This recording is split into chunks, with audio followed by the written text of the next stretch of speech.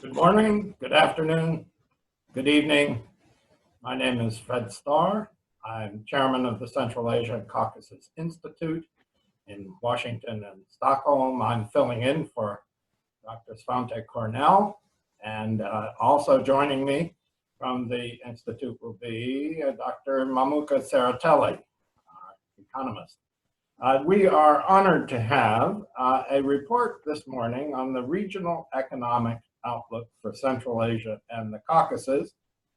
This is coming to us from the IMF, the International Monetary Fund, which published this report on October 19. Its general overview was positive, but cautious, I think it's fair to say. But we're going to have the chance to hear in much greater detail. We're going to hear from Dr. Subir Lall, a graduate of University of Delhi in India and a PhD from Brown University. Dr. Lall is the Deputy Director of the Middle East and Central Asian Division at the International Monetary Fund. Over now to Dr. Subir Lall. Thank you very much for the kind introduction, Dr. Starr, and I'd like to also thank the Central Asia-Caucasus Institute for hosting us once again, and of course Dr. Mamuka Tsereteli, who has been our close counterpart in sustaining this relationship. This reflects the IMF's enduring commitment and engagement with the region, what we call the CCA region. And this goes back all the way, as you know, to the early 1990s. And thanks again for hosting us. I will, as Dr. Starr mentioned, give a brief overview of developments, prospects, and some of the policy challenges for the region based on our latest regional economic outlook. And then we can have a discussion around that. So beginning with, I am afraid I cannot see where we are in the presentation, so I'm flying a little blind here, but there we go. Yeah, excellent. Yes.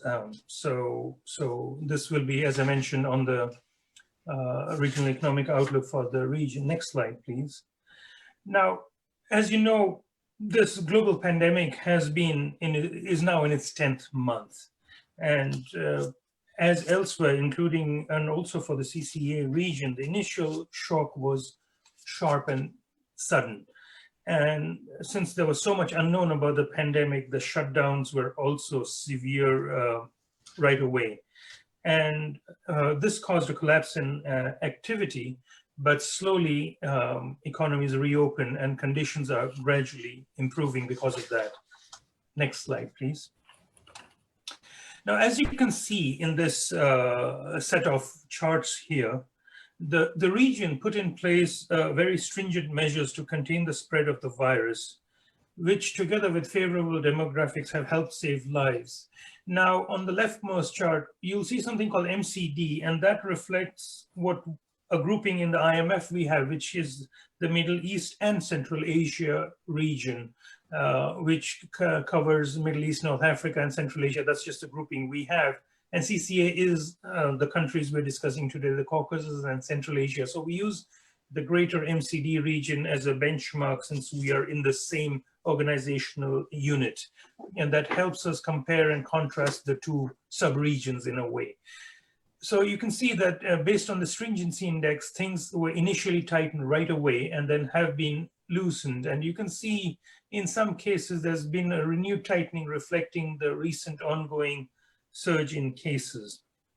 And the purple line you see reflects the median for the CCA countries. And the median reflects, of course, one country right in the middle. And in this case, it is Georgia, which has been trending up in the very recent few weeks. What you can see also in the middle chart is that the number of casualties remains relatively well contained. But on the rightmost chart, what you can see is that since the first round of reductions in stringency, several countries have seen a growth in number of cases, and new cases were trending up in the CCA region, but at a lower rate than in the broader MCD region. Next slide, please. So how did this lockdown show up in economic activity? If you look at the chart on the left, you can see that tourism and travel activities were severely affected right away. And they account on average for about 15% of total employment in the region and contribute around the same amount of GDP. And this essentially came to a halt as international flight arrivals nearly stopped for most countries. Georgia is, as you know, especially highly dependent on tourism activities, and it accounts for more than a quarter of total employment and around 30% of GDP. If you look on the right-hand side chart, the impact on growth has been differentiated across the countries. In the case of Kazakhstan and Azerbaijan, it was also driven in part by the drop in oil prices, which was not unrelated, while the impact on Armenia, Georgia, and Kyrgyz Republic was due to the lockdowns, the closing of borders, the drop in tourism, which of course was also important in Armenia and Georgia, and there was a sharp fall in remittances in the Kyrgyz Republic. So these factors were slightly different across the countries in the region.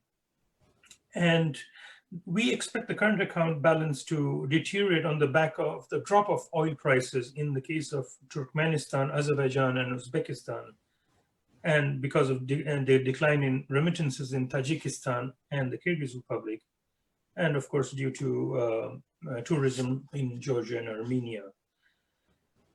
The remittances to the region, which provide an important lifeline and effectively play the role of a social safety net in many countries, saw declines in April-May, ranging from 25% in Georgia to 37% in Armenia and the Kyrgyz Republic. So these were very sharp drops in remittances in the initial part of the lockdown and the crisis. But now what we are seeing is there's been a tentative recovery that has been observed in several countries. For instance, remittance inflows in the Kyrgyz Republic during January to October 2020 recovered to the same level as in the same period from January to October in 2019. But this could be due to a shift of informal remittances that were not captured in official statistics into more formal channels. In fact, you're seeing this in several countries that remittances have begun to show remarkable resilience, and it is a question of how much of it is just due to a movement into official channels. We do not really have the answer to that just yet, but over time, we hope to get a better understanding of that as more detailed data becomes available. Next slide, please. Now, for some countries in our region, of course, the oil market is important, and that has improved since April. If you look at chart 1, which is on the left-hand side, after oil prices dropped to 20-year lows, the OPEC Plus agreement succeeded at stabilizing oil prices, and which have recovered 50% of the losses suffered since the end of 2019. But they're still currently trading at around 30% below the pre-COVID-19 levels. Now, in the middle chart, what you can see is that the near and medium-term horizon, oversupply and large inventories do remain concerns, and demand remains subdued due to low air traffic volumes, despite some recovery in road traffic. And oil futures curves indicate that prices are expected to increase only slowly over the medium term and remain some 20% below the 2019 average. Now, of course, the futures curve to a large extent reflects the latest spot price. So the whole curve tends to shift up and down based on developments in the recent spot market. And on the right-hand side, you can see that because of the developments in oil prices, this will have important implications for the region. and oil exporters' receipts are now lower by over 13 billion US dollars, which is around 4% of GDP on average when compared to the pre-COVID-19 projections we had last year in October 2019. So about 4% lower receipts from oil are projected now. Next slide, please. External financial conditions have also improved after the initial shock, and this is a common pattern that the initial part in March and April was severe, and then things improved after that. Stock market volatility has declined. Bond spreads have compressed. You can see that on the left-hand side, but they remain higher than pre-COVID values. And this has been supported by the extensive intervention from global central banks and liquidity that has been provided. Capital flows, as I mentioned, were highly volatile in March and April. And the CCA region saw total outflows of around 0.6 to 0.7 billion dollars during this time. They have since stabilized, but cumulative outflows from the region since the start of the crisis remain sizable and total about 0.27 billion. That's from March to December 2020, compared with inflows of a comparable amount for the corresponding period in 2019. Overall, MCD countries, that's the Middle East and Central Asia region, have had about 3 billion in outflows during March to December of this year. If you look on the right-hand side chart, you'll see that the borrowing costs are expected to somewhat improve in most countries over the medium term because of the global monetary easing that is expected to remain in place. Sovereign spreads for CCA countries continue to trend down and have done so in recent months after the sharp spike in March and April. Next slide, please. Let's now move briefly to the policy responses so far that have taken place and that explain to a large extent many of the outcomes we just discussed in the last few minutes. Next slide, please. So what we can say is that there has been a comprehensive policy response, with most countries activating support using different levers.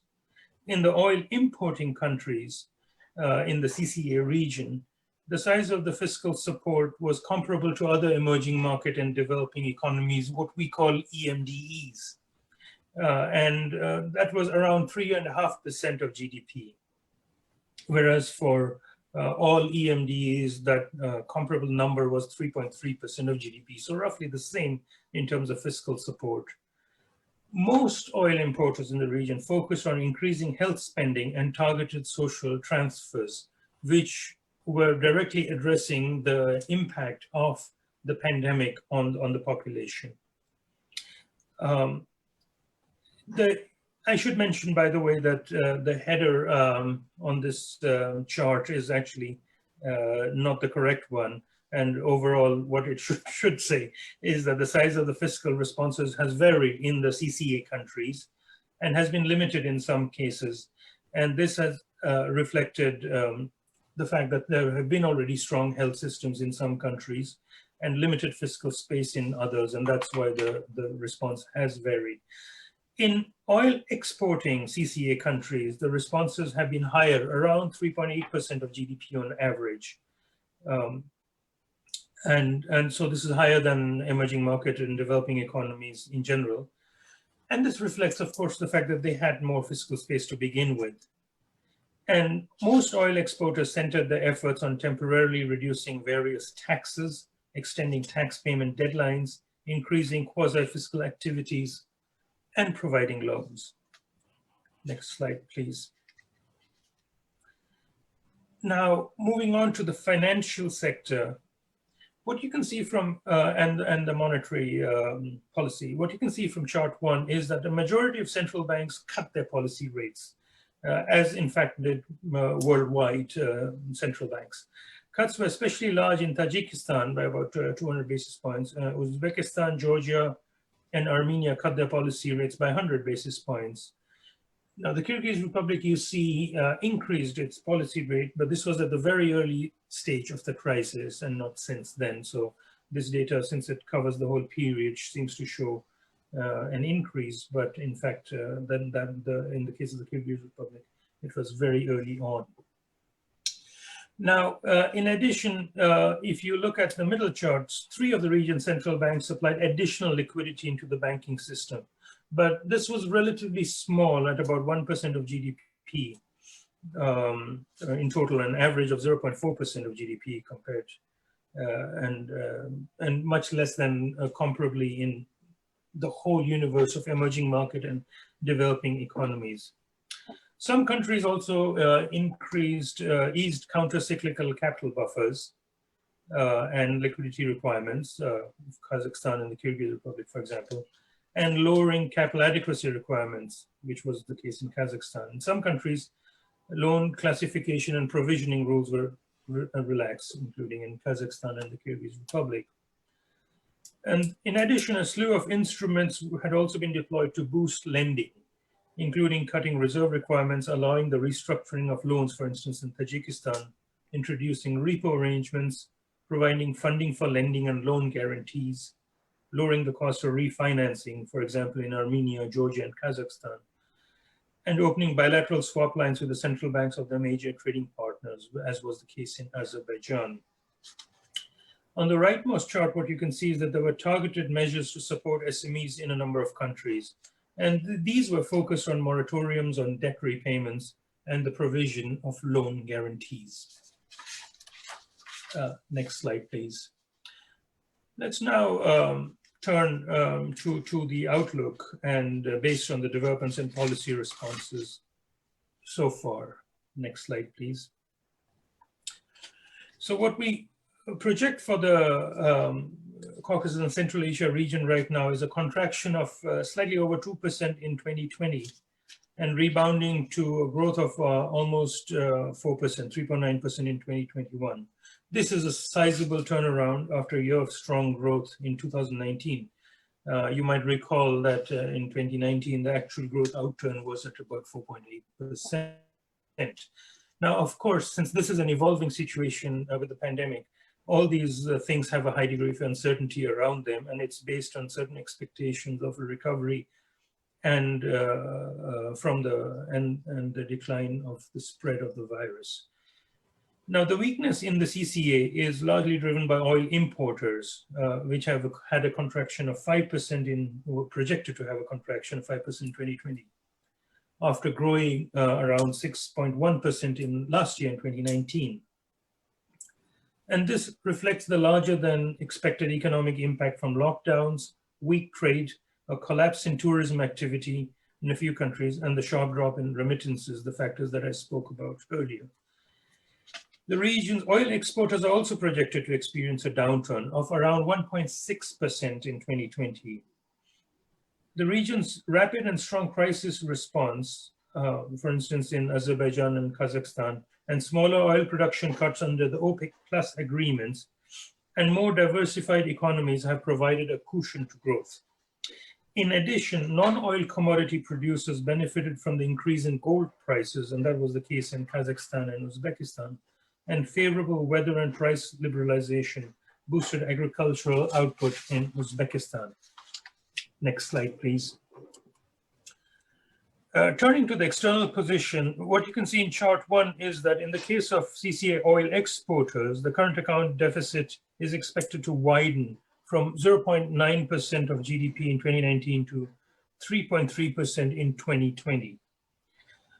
In chart 2, what you can see for the oil importers, the current account balances are expected to severely deteriorate from minus 5.6% last year to around minus 10% in 2020. And because of the drop in remittances and tourism, a recurring theme, as you have seen in the case of oil importers.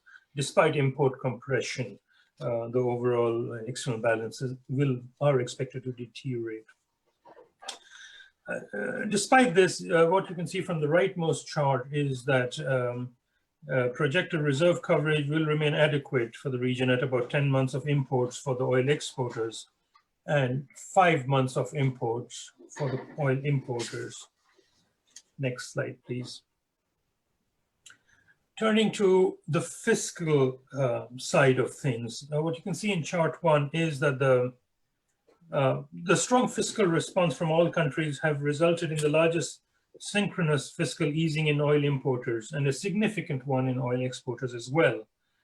And the median expected decline in primary balances in 2020 for oil importers is 5.3% of GDP, above that of other emerging market and developing countries where it was worldwide at 3.6%, so a much more sizable response and the highest in the past 20 years.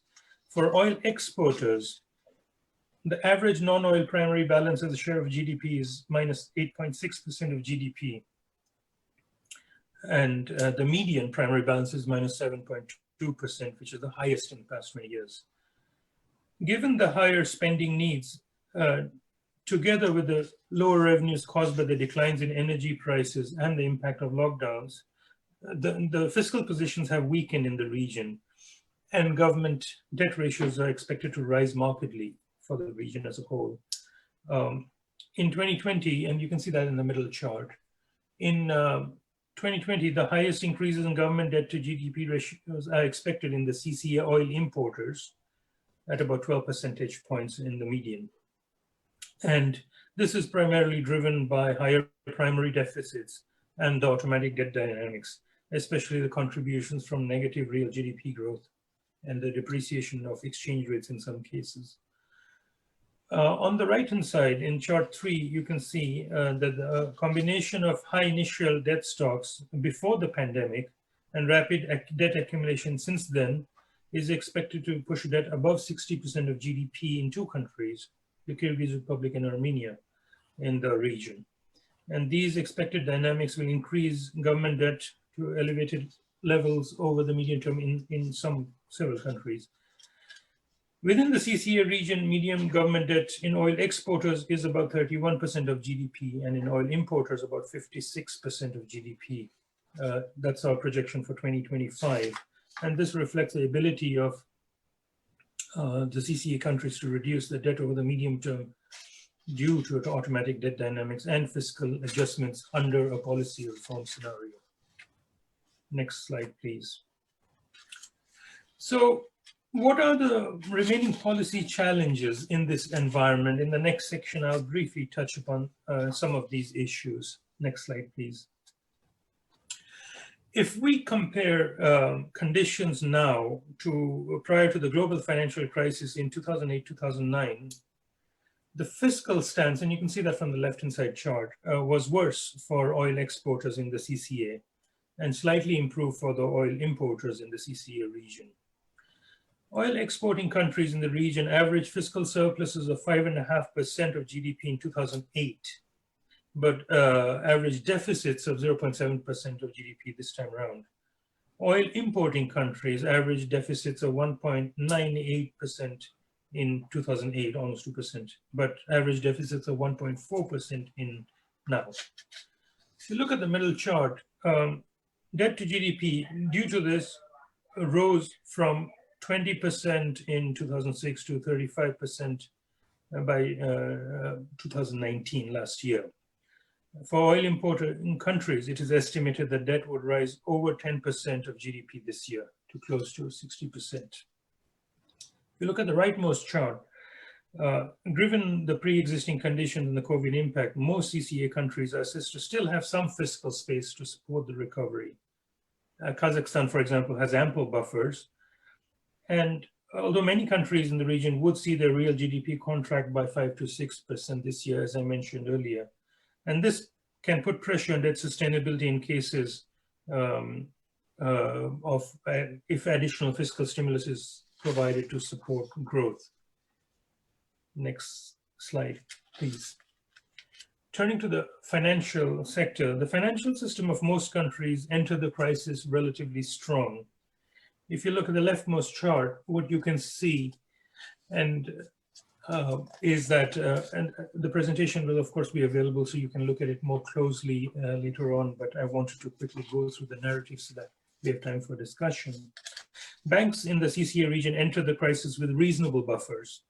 If you look at the middle chart, policy responses were widespread and may have prevented cracks in the system from showing up. However, if you look at the rightmost chart, if the system is comes under pressure, we did some stress tests to see what would be the size of the impact on the financial sector if things turn out to be worse than what we've already seen so far. And in a stress scenario, we assessed that the asset impairments and foreign exchange risk could amount to, so total losses coming from these two factors could amount to $10 billion, which would be about 2% of GDP for the region. The CCA is relatively resilient because of the higher starting position of capital buffers and banks, and overall relatively small exposure to credit risk. So that's the good news. In the stress test that we conducted, the scenarios study the cumulative balance sheet and capital adequacy implications of two shocks. As I mentioned, asset impairment and foreign exchange depreciation. Just for information of the audience listening in, the asset impairment shock is calibrated as a one-off reclassification of 15% of performing loans into the non-performing loan category. And it is further assumed that the new non-performing loans will be provisioned at an average rate of only around 50%. The FX shock is calibrated as a one-off depreciation of 30% from the exchange rate level at the end of 2019. And an increase of 6% in NPLs of foreign exchange loans, also provisioned at 50%, the same as in the credit risk shock. Next slide, please. So the current crisis impact on labor markets has been largely unequal. As in many other countries in the world, jobs that can be done at home have been largely preserved, while contact-intensive sectors have suffered. If you look at the leftmost chart, travel and tourism activities that accounted for up to 27% of total employment and up to 30% of GDP in some countries, the severe 6-month disruption, we looked at that and calibrated it to match broadly the evolution of high frequency indicators between April and June. This is expected to reduce the baseline employment in 2020 up to 3.6 percentage points. With Georgia probably, because of its heavy reliance on tourism, likely to be affected the most. And this has been because of the 6 months and slightly longer than 6 months now disruption. Work from home has been widespread throughout the world, but few jobs can be done from home in some of the CCA countries. And you can see that in the middle chart, for instance, in Tajikistan, the Kyrgyz Republic, and Uzbekistan. And this has likely led to higher job losses, although we will get the numbers with the lag. On the right-hand side chart, you can see that recessions in the CCA on average have been associated with 1.5 percentage point increases in the unemployment rate in the medium term.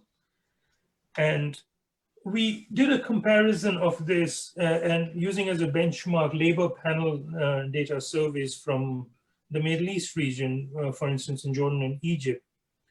And what we've learned is that unemployment spells, if they occur, can have long-lasting effects on employment prospects. And this is the kind of scarring we need to be mindful for.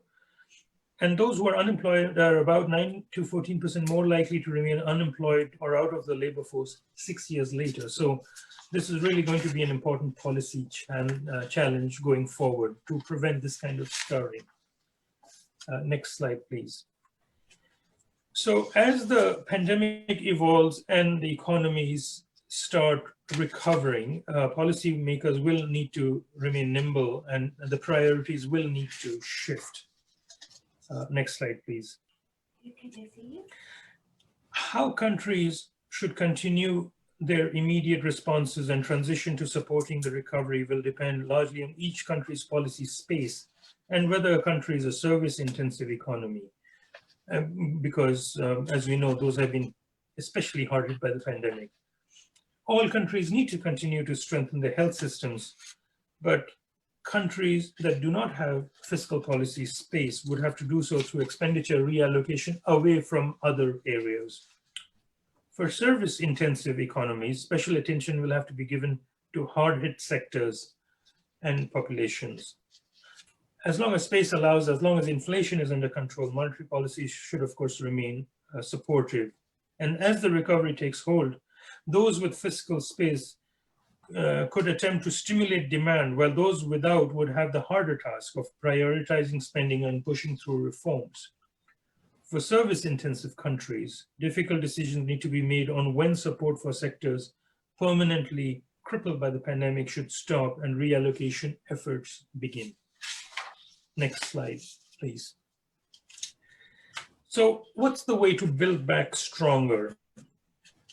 There are some underlying structural priorities that come to the fore during this crisis as a way to set the stage for stronger medium-term growth that is sustainable. So strengthening governance remains a priority for the region. The crisis also presents opportunities to shift towards more productive sectors, including building greener economies and expanding digital infrastructure. These have been long-term priorities, but this is an important time to make further progress on them. Boosting educational programs, including job retraining, needs to continue to make up for losses in human capital and prepare workers for new economies. And this will help alleviate some of the scarring that I mentioned earlier. In addition, multilateral and regional cooperation could help accelerate the recovery. This includes better regional integration, and this is the time really not to look inward, but actually to integrate better and help diversify and make economies more resilient. And ambitious structural reforms to support more private sector-led growth and job creation will be needed, because clearly during the crisis, the state has taken on a large role in the economy. So creating space for the private sector and in fact letting the private sector lead growth and recovery in the medium term will be important. And some of the areas are familiar to all of us, that include improved governance, financial deepening, reducing the role of the state in general, better environment for competition and a level playing field, the commercialization of infrastructure, and strengthening business environments. Next slide, please. And as you know, the IMF has been strongly engaged in the region for a long time, and especially during this recent pandemic. And this support will continue. Next slide, please. Nearly $1.4 billion in new financing has been made available to the region. This included augmentation of existing IMF lending programs, for instance, in Armenia, Georgia. And in addition, there was emergency support for Kyrgyz Republic. In fact, the Kyrgyz Republic was the first country in our entire membership to benefit from the emergency support mechanisms that were activated for this crisis. And additional emergency support was also given to Tajikistan and Uzbekistan. And we are also resuming our annual Article 4 consultations with countries to be able to provide, those were put on hold, especially because of the priorities shifting to near-term crisis management.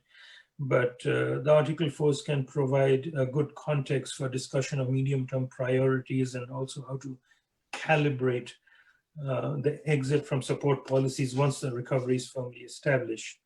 And so we are looking forward to a resumption of those normal consultations in 2021.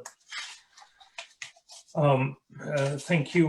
With that, next slide, please, which is just the closing slide. This is the end of my presentation. I hope that you found some of this interesting, and Dr. Starr, I'll turn it back to you at this point. Thank you. Well, thank you very, very much, Dr. Subir Lall from the International Monetary Fund. This is a very comprehensive report, and as you said at the outset, it is combines positive elements and great caution for the future. This is a challenge, obviously, and you haven't taken the time, but that's for another session, to break this down by country in finer grained detail. But that obviously is a challenge for the future. I'm going to turn to Dr. Mamuka Tsereteli, economist, to see what he has to offer on the basis of this report. Mamuka, do you have a questions you'd like to pose? Yes, thanks, Fred, and thanks, Dr. Lall, for your comprehensive presentation. If I may make just one quick comment and then maybe ask a question. So comment is that obviously you gave us very comprehensive picture of where it's like a status update on where things stand, making obviously important emphasis on several issues like indebtedness of the countries and exchange rate pressure and so forth. You also touched some of the government policies that supported small and medium-sized businesses and banking sector and so forth. Where I see some probably in the long list of policy recommendations you made, last item was creating space for private sector growth and structural reforms. Frankly, under the current circumstances, probably I would make that part as a priority, because in terms of recovery process in the first, particularly next 6 to 12 to 18 months, this will be probably most important element in the process, because other items of policy recommendations are more medium to long term, I think, focused. Obviously, I understand the importance for fiscal stability and monetary policy stability. So my first question is, in general, I would like to see, it's like a constructive criticism, more of the private sector emphasis, and because that's where the jobs are created, right? So that's why I see this is the one priority. There are a couple of other questions from the audience. Maybe I'll follow up with those questions, but maybe I would like to comment on this first. Thank you. Okay. Thank you. Very good points, all of them. And in fact, I think, you know, what you've touched on, Mamuka, goes to the heart of what will be the structural transformation that is needed for economies in the CCA region, but in many ways also worldwide. The footprint of the state is quite large in many of these countries.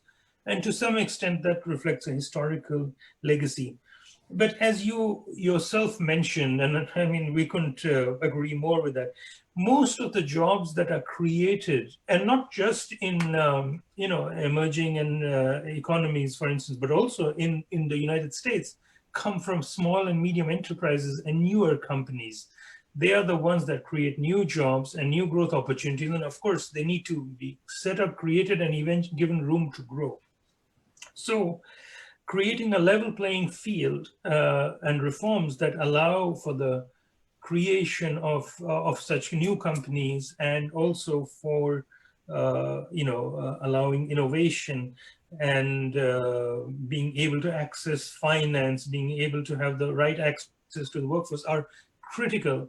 And this is to place it in a broader context of what we are seeing. What we are seeing right now is really, as has been well documented, a shift from an industrial economy to an information economy worldwide. And what that means is that there's a shift away from traditional, you know, drivers of growth, if you like, which used to be, you know, manufacturing and factories and tangible investment and commodities, and moving away more towards, you know, intangible investments and people, more people-oriented growth. And what that requires is a different set of preconditions. What worked well in, say, the last 50 years is not what's going to be driving growth in the next 50 years. So this is a long way of saying absolutely agree. I mean, and this can only be done by the private sector, in fact, because it's based on information, it's based on innovation and risk-taking. And some companies will fail, as they do, but that's part of the creative process. But then some world beaters will emerge as well. And that's why it will be important, and I would agree with you, it's in the pantheon of important priorities, making space for the private sector to establish itself, to start up, to grow, will be important. Of course, there is an important role for the state in that as well, and that is as an enabler, not as a competitor.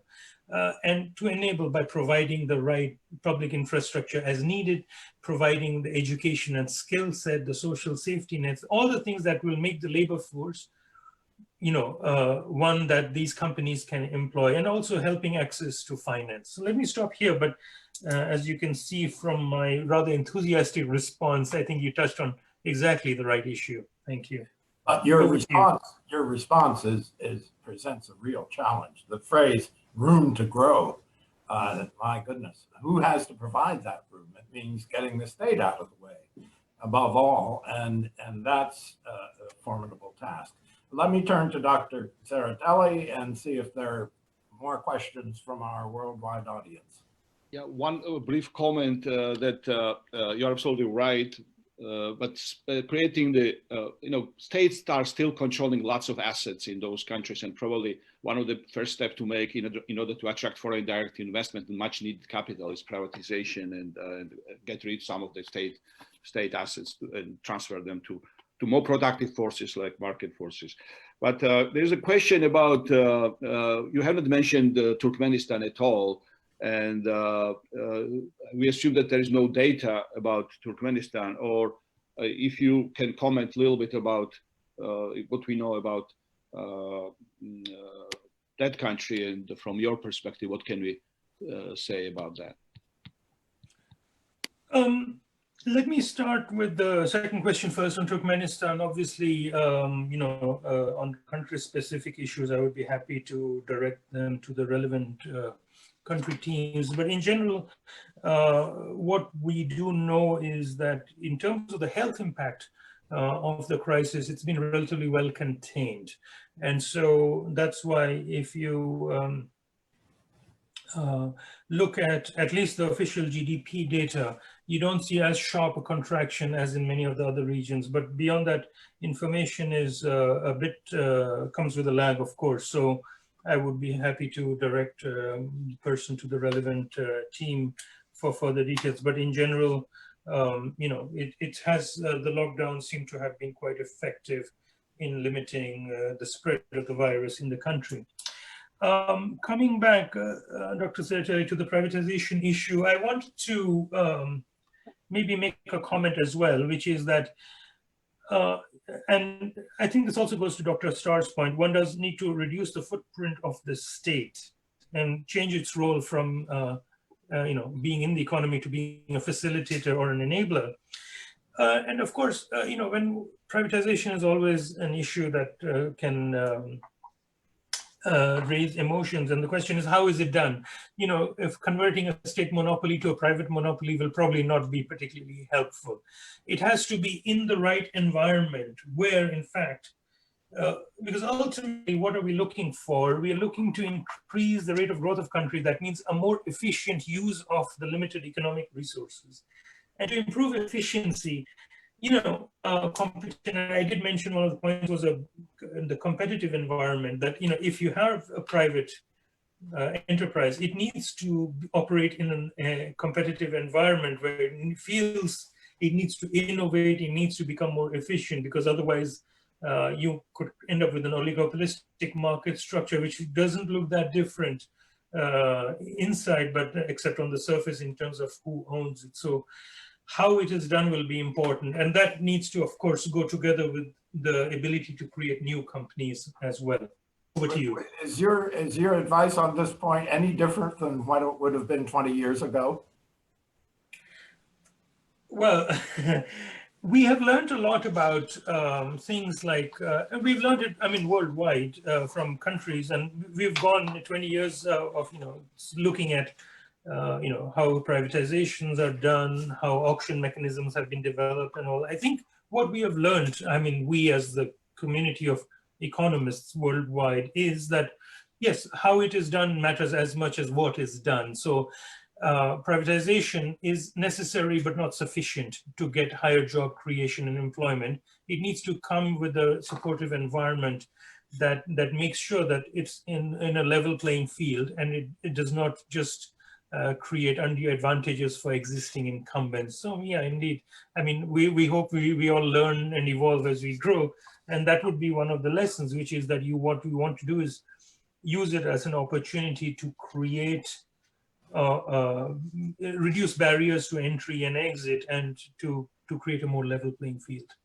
Yes, back to Dr. Saratelli. Question. We have a question again from the audience about what is the benchmark debt level for these countries? And you mentioned several countries are more higher in that, over that benchmark, but maybe you can mention and clarify that issue one more time if you can. Sure. I mean, there is no magic number. I mean, I remember at some point it used to be, and I'm talking 15 years ago, maybe, that people felt that in emerging market and developing countries, the magic number was 60% of GDP. But that's not really it, because there are a lot of factors at play that determine debt sustainability of countries. And we have a fairly sort of, I would say, granular view to this, because this depends on how much market access countries have.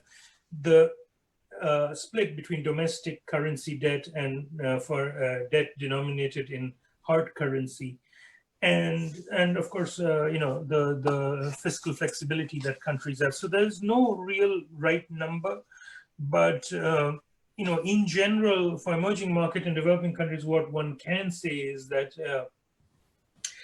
even now, when one gets to, you know, numbers above 50–60% of GDP, it bears watching. But that doesn't mean that that is a trigger point for any individual country. Some countries have a bigger capacity to handle a larger stock of debt. For example, countries that are fast growing and have the ability to borrow in their own domestic currency at home and have a large domestic investor base, their capacity will be higher. Other countries where they do not have that, you know, the sustainable level of debt could be a lot lower than that. So it depends. There's no single answer for that question. It would depend on the country. Thank you. Dr. Saratelli, further? There's probably one question you mentioned about unemployment, and this is obviously a bigger challenge for the entire region. But some countries suffer more than some others, obviously, and with the problems of movement of people, and that reduces ability for remittances. Now that's a pressure on again exchange rate. And in terms of your advice to countries going forward, first of all, what are the maybe most immediate policy that you think would be helpful in dealing with unemployment? But also, are you still continuing advising country to maintain, I assume you are, free-floating exchange rates and mitigation strategies related to that approach? So I see two questions here related, one on the exchange rate stance and the other on employment. So on the question of unemployment, obviously at the moment, the priority for countries, to the extent they can, is to protect lives and livelihoods. So to the extent that there is fiscal space available, and of course also support from monetary policies and financial sector, it is to try to preserve as much as possible activity and support people. That being said, there is of course an issue, I alluded to that. There might be some sectors that may have more of a permanent need to downsize. And then the question is, how does one do that in a way that is socially not disruptive? So, because ultimately, you know, one cannot support you know, unviable sectors and industries in the long run. And in fact, a better use of fiscal resources would be to provide targeted transfers to those who are in those sectors and help ease their transition to new and growing sectors. And that again varies by country. There's no one-size-fits-all solution. But as we move out of the, you know, crisis phase of this downturn, you know, where it was important to go all in, the priority will be to start looking sector by sector and looking at support systems where, you could think of tourism is something that would eventually come back, but might take a few years. And so it wouldn't make sense to permanently reduce, the footprint of tourism in the country, but people will have to be supported in the interim period. But there might be other sectors that, especially if the prospects long-term for some commodities is not that great, then that sector will not be able to support the kind of employment that we have seen in the past. So what is important is to have a social safety net that is flexible and adaptable to changes, because economies will get hit by shocks always. That's the fact of life. And so the social safety net needs to be one that facilitates, preserving social cohesion and supporting those affected by these shocks and by these changes. I mentioned the transition earlier from more industrial to more information-based economies, and that is happening. There also a social safety net is something, a well-designed one can help, especially with more efficient spending on education and health, can help people transition to a more new economy. Related, your question on floating exchange rates. Now, yeah, I mean, it's not a one-size-fits-all solution. Clearly, if a country, supposing a country theoretically produces a single commodity that is traded in the international markets, then, and it's not diversified, then, in the current period, maintaining some sort of peg to that major export currency can make sense, but it's a chicken and egg problem, because that may not, the real exchange rate appreciation that can come from that might prevent diversification of the economy. So, they have to go together. The diversification of the economy and more flexible exchange rates come hand in hand. And the longer a country is locked into one exchange rate peg, it might be more difficult for it to diversify, but also for the exchange rate to act as a shock absorber. In fact, in this crisis, we have seen that countries have allowed the exchange rate to move, and that has helped prevent the transmission of the shock into the domestic economy. So to put it sort of somewhat, the way it's said is that allowing prices to adjust prevented forcing quantities to adjust as much as they should have. Okay. So that's sort. Let me interrupt here. Our time is short. I have two questions, a simple one and a complex one, and you can decide which is which. The first is this: you mentioned the value that would be gained from integrating these economies with one another. That's not something you cover in the report as to how you do it and what should be done. Is that going to be a subject for future IMF research? And second, you raise an interesting point. It's very clear it helps to have oil and gas. That's a simple conclusion from this otherwise long and sophisticated report. Looking ahead on a, say, 10-year, 20-year basis, you have two different markets. You have the Chinese market, which is there, and Turkmenistan and Kazakhstan have been feeding into it, and you have a Western market that Azerbaijan and to some extent Kazakhstan also have been feeding into. Isn't it likely that the reduction in demand for gas and oil will be greater in the Western market than in the Eastern market? In which case, haven't Turkmenistan and Kazakhstan lucked out by having a Chinese market? Thank you, Dr. Starr. Well, I would say they're both, none of them are easy questions, but let me take a stab at them. In terms of integration, so a lot of the countries in the CCA region are, of course, landlocked, and which has presented challenges of its own. But as we move, worldwide, as we are moving to a more, this fourth industrial revolution, as it's called, that becomes less of a constraint. And in an information economy, that actually is an opportunity for countries to integrate. You can become part of global supply chains, and you rely less on your location, perhaps, than before. I mean, of course, you mean global rather than regional? well, the regional, given that this region is known for its high human capital and education systems in many countries, can very quickly become part of that global chain. So integration is still important. And of course, the initiatives underway, including transportation, of course. But besides physical integration, one can think of other ways of integrating in the global economy. And that would be a way to tap into this global change in how we think about investment and growth and what the drivers are away from traditional sort of manufacturing and factories and smokestacks and all that. So in terms of the IMF research, yeah, it's an ongoing important agenda for our research, in fact, and on how to help integrate. We've done that for the Middle East and North Africa region recently, and we're doing that for the Caucasus and Central Asia region. It shows up a lot in our bilateral consultations with countries. If you look at our Article 4 consultation reports, there is quite a bit of discussion around integration. And because, that's going to be an important way for these countries to reach higher and sustainable growth, and moving away from sectors, frankly, whose prospects as I said, in the next 40 years are not going to be the same they were in the last 40 years.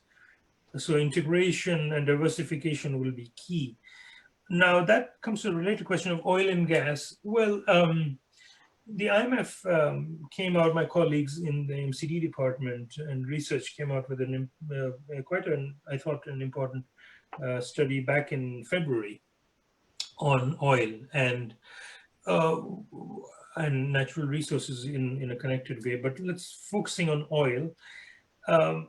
The demand for oil is driven, of course, by demographics and by technological change, in addition to, of course, other policy. So when one looks at those policies and those underlying drivers, you know that the peak of oil demand globally is not that far away from us, sometime over the next decade and a half. So the long-term prospects for oil are not that great, and it's a global market. It doesn't really matter whether you are, tapping that much into the Western or the Eastern part, because arbitrage it's not that, you can have a different oil price in Asia than you can have in Europe for too long. You can have it in the short run, but it won't last. But there's a more fundamental challenge, and that is that, oil is not a long-term growth strategy anymore. Beyond the next decade and a half. So there is no choice but to have to diversify out of oil and eventually gas, because the underlying drivers are such that that's what they tell you, that the demand will peak and decline long before the supply runs out. And that's the fundamental challenge. Back to you. Thank you very, very much. This has been an extraordinary session, and I want to acknowledge in closing it, first, of course, to thank Dr. Subir Lall, whose very eloquent and fluent presentation we've all benefited from. But also, I want to salute the IMF as a whole on what is now almost a decade of collaboration with the Central Asia-Caucasus Institute over these semi-annual presentations. It's something which has been greatly valued by our audience, not just in the United States and Europe, but globally.